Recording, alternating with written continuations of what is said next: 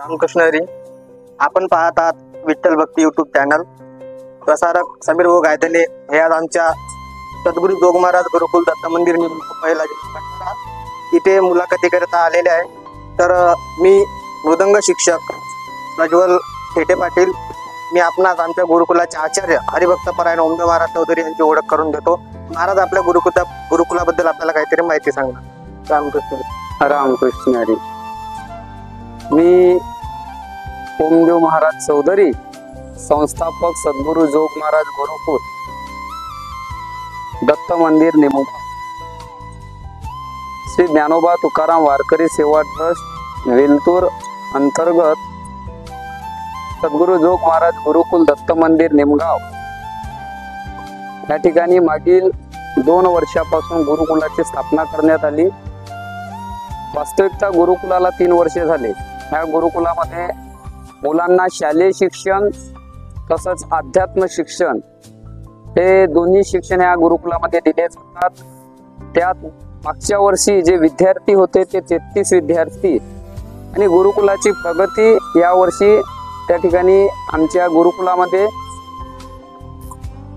70 विद्यार्थी त्या ठिकाणी प्रविष्ट आहेत. गुरुकुलामध्ये आमचे हरिभक्तपरायण मृदुंग वादक या महाराजासमोर आमचे हरिभक्तपरायण या जे विदर्भामध्ये त्यांचं नाव गाजलेले आहे तसे प्रज्वल महाराज थिपे हे मृदुंगाचं शिक्षण आमच्या मुलांना देतात.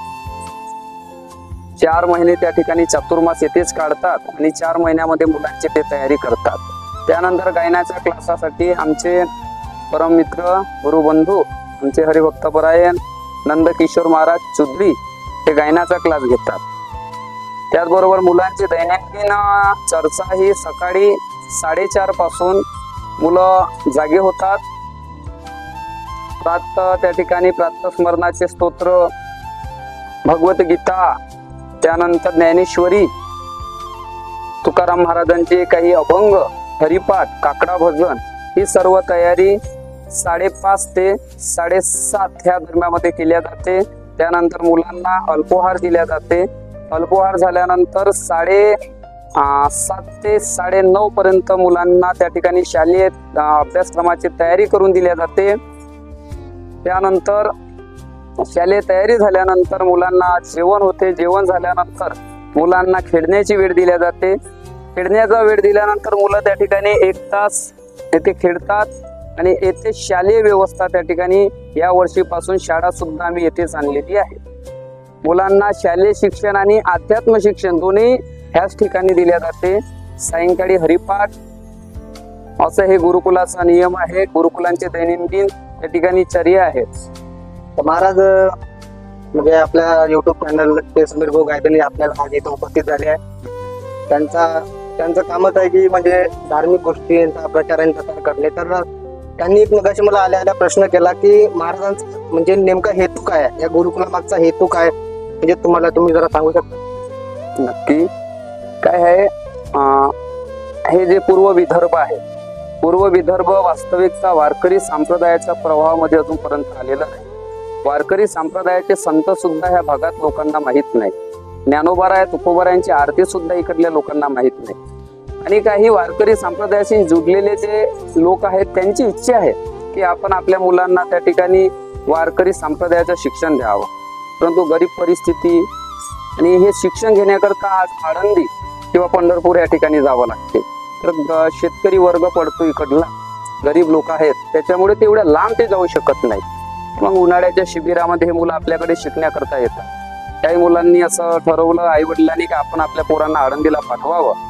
त्यावेळेस हरिभक्तपरायण गुरुवर्य विदर्भरत्न आमचे संजय बाबा पाचपोर यांनी सांगितलं की महाराज ह्या भागात सुद्धा एखादी वारकरी शिक्षण संस्था आपण काढा आणि त्यांच्याच त्या ठिकाणी मार्गदर्शनातून त्यांच्या प्रेरणेतून मागच्या वर्षी आपण म्हणजे 2 वर्षापासून या गुरुकुलाची आपण स्थापना केली.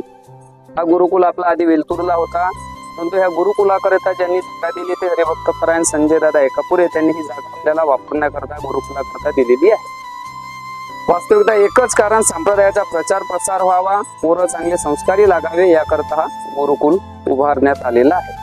त्यानंतर महाराजांकडून आपण जाणून घेऊया की या गुरुकुलामध्ये काय काय सुविधा आहे आणि कशी कशी व्यवस्था आहे महाराज आपल्याला सांगा. ह्या गुरुकुलामध्ये त्या ठिकाणी मुलांना 3 टाइम जेवणाची व्यवस्था आहे. सर्वात आधी आंघोळी करता हिवाळ्यामध्ये गरम पाण्याची व्यवस्था असते.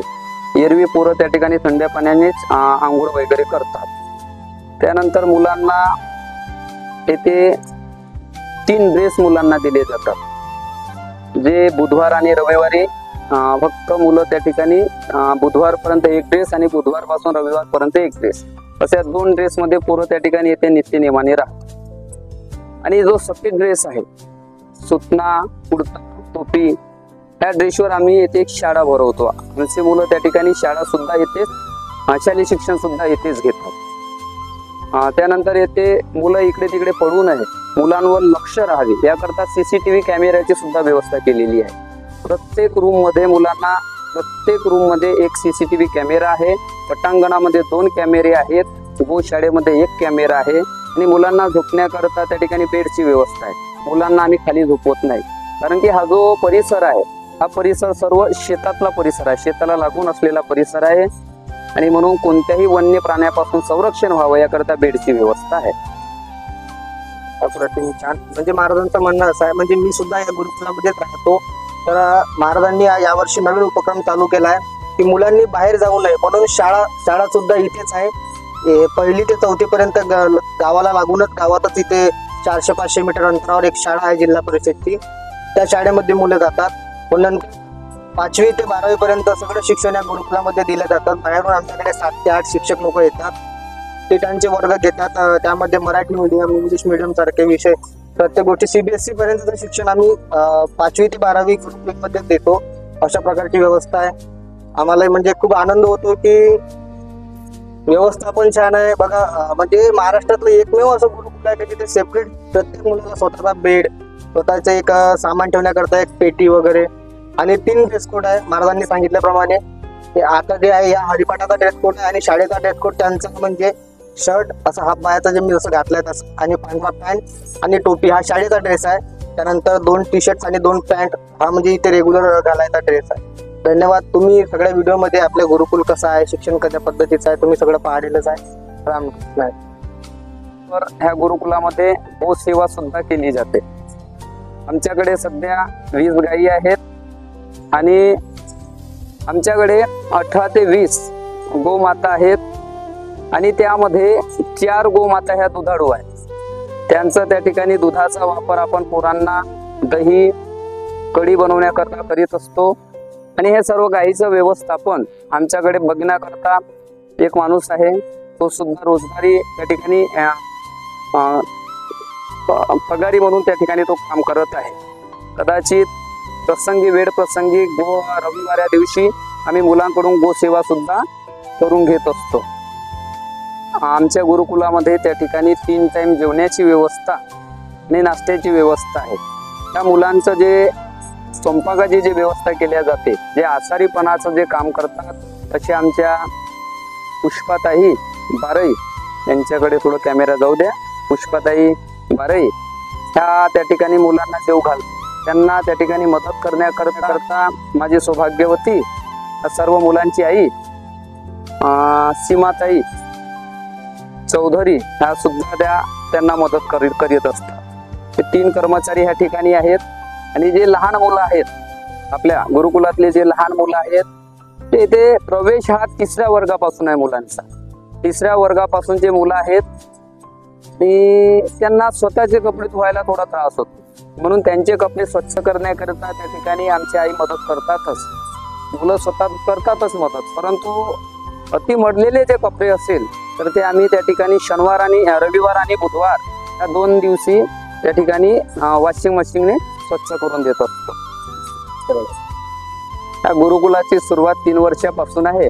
आणि गुरुकुलामध्ये आध्यात्मिक शिक्षण आणि शालेय शिक्षण, मुलांना 40% आध्यात्मिक शिक्षण आणि 60 ते 70% शालेय शिक्षण हा दिला जातो.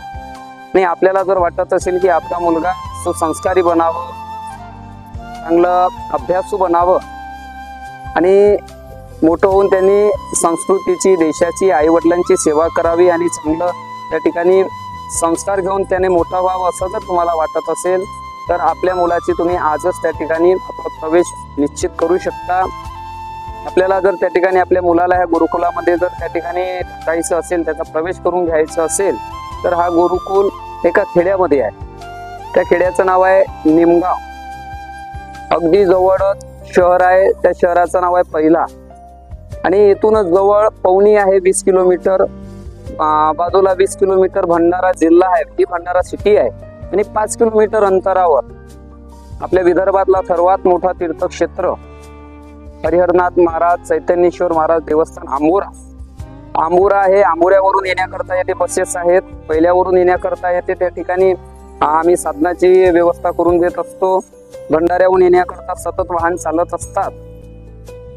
म्हणून ज्यांना कुणाला त्या ठिकाणी आपल्या मुलाचा प्रवेश करायचा असेल त्यांनी आजच संपर्क साधा. हरिभक्तपरायण त्या गुरुकुलाचे प्राचार्य प्रज्वल महाराज थेटे, नंदकिशोर महाराज चुद्री आणि मी स्वतः ह्या गुरुकुलाचा संस्थापक गोमदेव महाराज चौधरी. माझं मोबाईल नंबर आहे, भ्रमणध्वनी आहे 76 20 17 52 41. आणि पुन्हा जर तुम्हाला संपर्क साधायचा असेल तर ह्या गुरुकुलाचे आधारस्तंभ संजय दादा एकापुरे यांच्यासोबत सुद्धा तुम्ही संपर्क साधू शकता.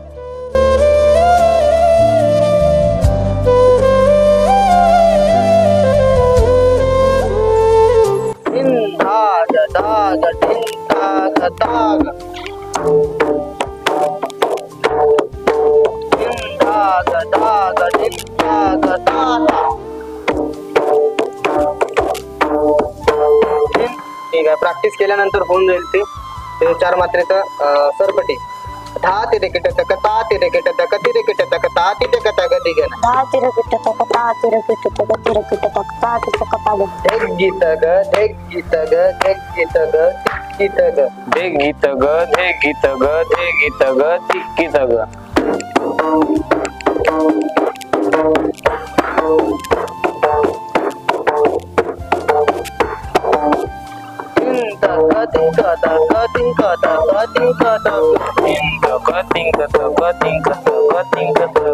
शेवट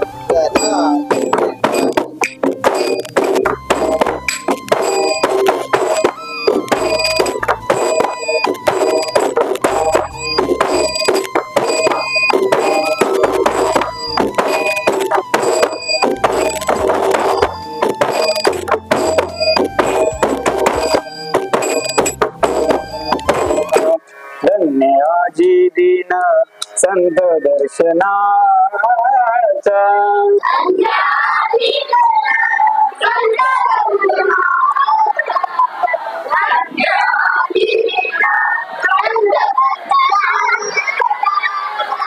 अनंत जन्माचा सीन गेला, अनंत जन्माचा सीन गेला, अनंत जन्माचा सीन गेला,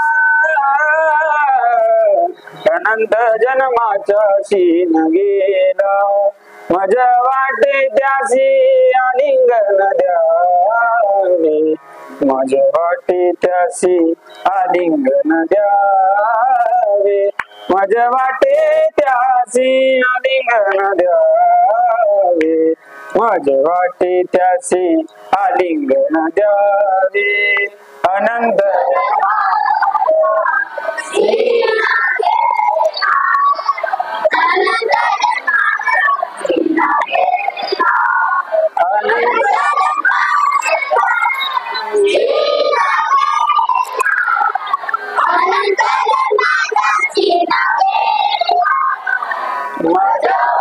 माझे पूर्ण नाव प्रतीक्षा ढकाते. आता मी चाल म्हणणार आहे. पाहतालो जणी पाहतालो जणी तू गोराले होता जणी, तू गोराले होता जणी, सजनी तो विठ्ठल बरवा, तो विठ्ठल बरवा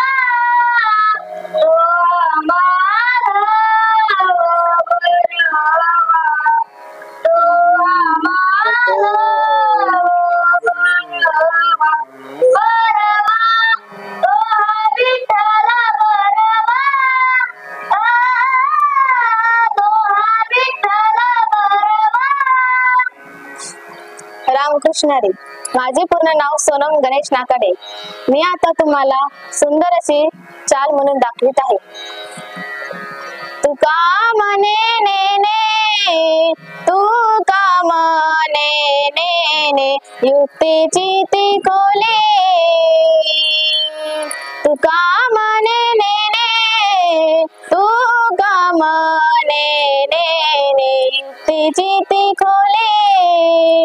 म्हणून ठेविली पायी डोळे, म्हणून ठेविली पायी डोळे. माझं पूर्ण नाव तन्मय रोशन जिजोडे. मी तुमच्या समोर चाल म्हणणार आहे.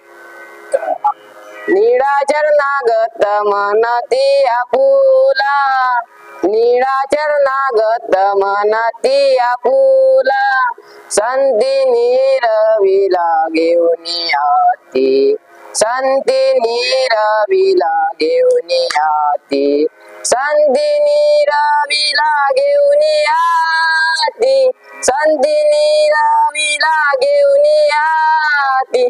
मुक्ताबाई नमो त्रिभुवन पावई, मुक्ताबाई नमो त्रिभुवन पावई.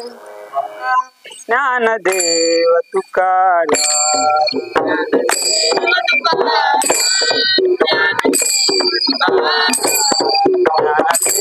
तुकाराम, ज्ञानदेव तुकाराम,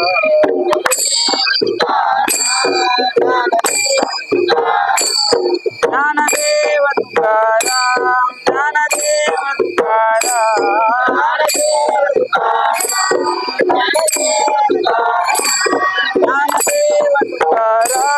ज्ञानदेव तुकाराम,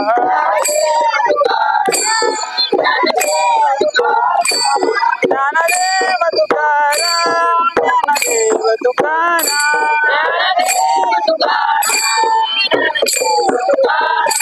ज्ञानदेव तुकाराम, ज्ञानदेव